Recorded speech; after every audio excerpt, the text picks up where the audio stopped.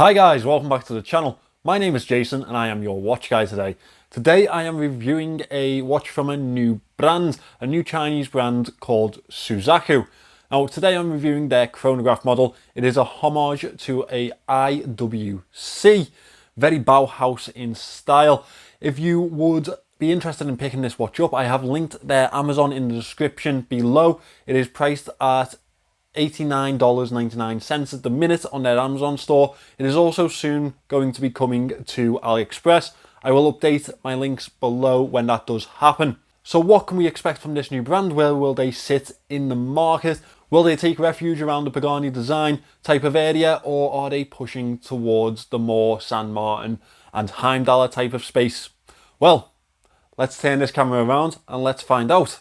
So guys, this is the new Suzaku Chronograph. This has been sent to me for free. Now, it is available on Amazon. I have linked that in the description.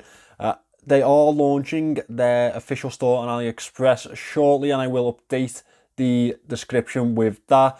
This is the SZK-8802. It is obviously a homage to IWC, and it does have that very simplistic yet effective design that we expect from German watches. Obviously, homage, not German. This is a Chinese piece, as you've probably guessed. The casing itself is built in 316L stainless steel. We have a really nice level of brushing around the outer edge of this casing, and then a high polish finish on the lugs here, which I do like. I think that's a nice mixture. That's the right type of mixture for me, especially with the brushing on the sides, because it does last a lot longer, the actual finishing itself, when it's brushed to the sides. We have the two pushers over to the side in a piston-like style, and a Suzaku crown sat in the center there. It is signed, which is nice to see. This crown is a screw-down crown. We have no date on this piece, straight to the handset there. However, this is a movement with a ghost date in it. It is the VK61 Mecha Quartz chronograph movement. That is a Seiko movement, good quality. We've seen it a lot in a lot of other homages, and it is a very reliable movement to use. Also, it really does keep the costs of pieces down, which is nice to see. Now, this is listed as a 40mm watch. However, for me on the calipers, I got this in on the bezel at 42.4mm.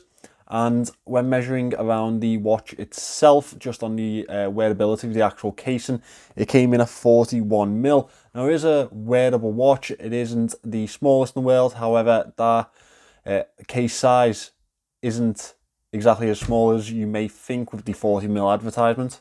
Now, I do believe that a lot of people would look at this as more of a dressy type of wear, and it is 12.4mm thick. I do believe that will suffice for a dressier wear. I would have liked to have seen a slightly thinner. However, we do have a domed bezel on this one that does protrude the casing, as you can see slightly there. So that does add a little bit of a height to the watch itself. Lug to lug, it is 49mm, and these lugs are 20mm lugs, which means that you can swap in a lot of different bands that you probably already have in your collection. We have a fixed bezel on this piece. It is high polish, and it suits the motif for me very well. As mentioned before, we do have a sapphire crystal in this one. It does have a very high level of dome, and it also distorts the dial quite a bit also, as you can see there. At certain angles, it's quite a nice effect. However, at other angles, it can be a little bit obtrusive. Now, if we look to the case back here, you can see there is a very simple screw-in case back. We have 4 screw points here. A couple of the usual specifications of the watch around the edge there, and it does state the 10 ATM water resistance, which is 100 meters. Now, as we dive into the dial, it is really the showpiece of this watch. It is a slightly less common or less usual dial layout for a chronograph. We have the ticking seconds down here at the 6 o'clock, and up at the 12 o'clock we have the 60-minute chronograph display. And a 60-minute chronograph is to be expected with this movement. As you can see there, top pusher sets off that chronograph second hand, and the minute hand is just here behind it there. As I click this back in to stop it, and we click it back, it does have that really nice mechanical click back that we look for in these mecha quartz movements. The dial itself has a slight texture to it, or a slight sunburst type of feel to it. We have a very simple minute track around the outer edge, and behind that on the chapter ring we have a more measured effect to the minute track there. Very nice to see.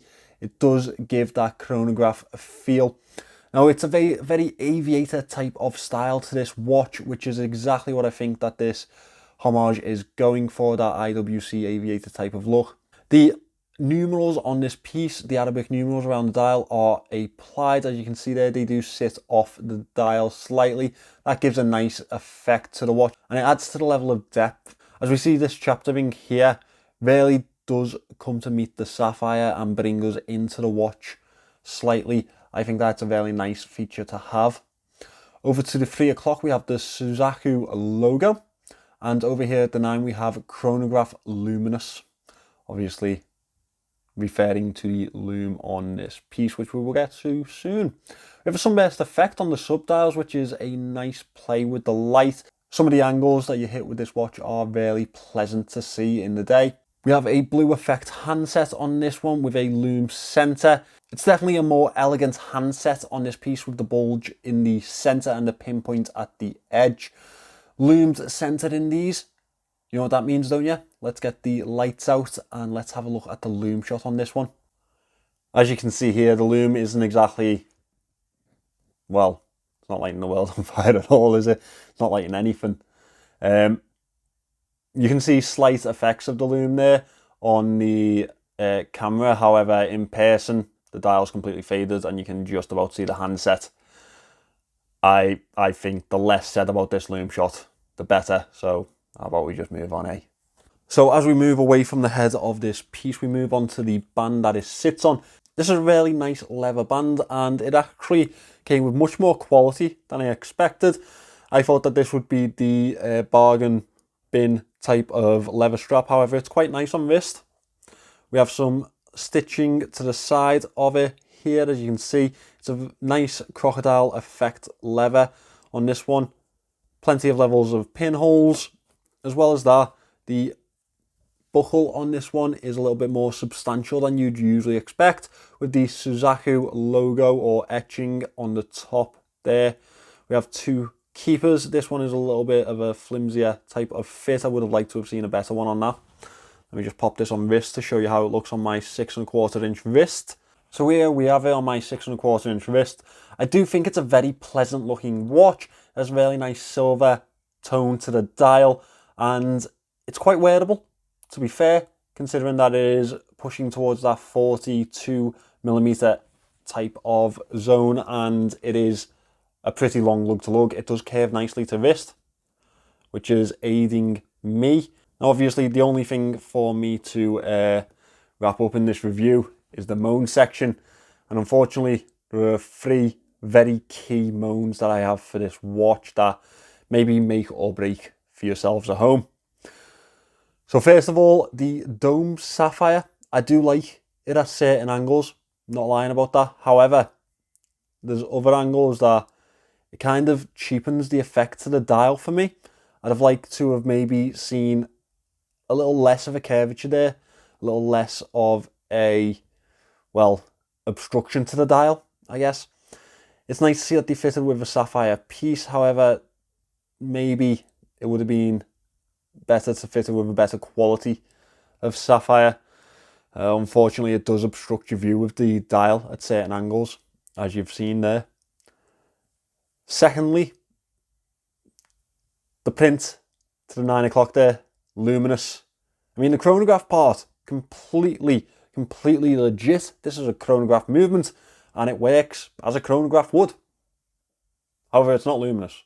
You saw that lume shot, it was weak as hell.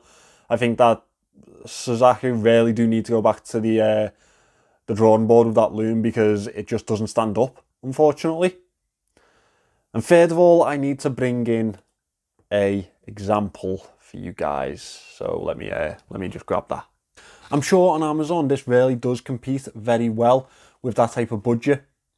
However, with them coming to Aliexpress also, I just don't see why you would look at this piece and not pick this one instead.